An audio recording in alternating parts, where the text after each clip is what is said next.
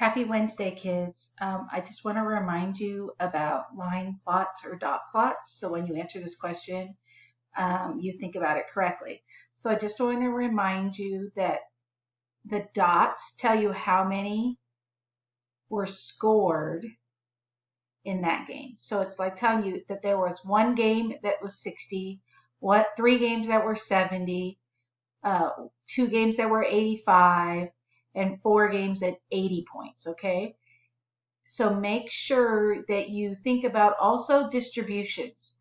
So remember that we have a pretty widespread distribution here between 60 and looks like 89 points per game.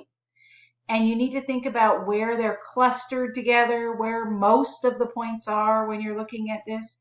I think that will help you guys a lot.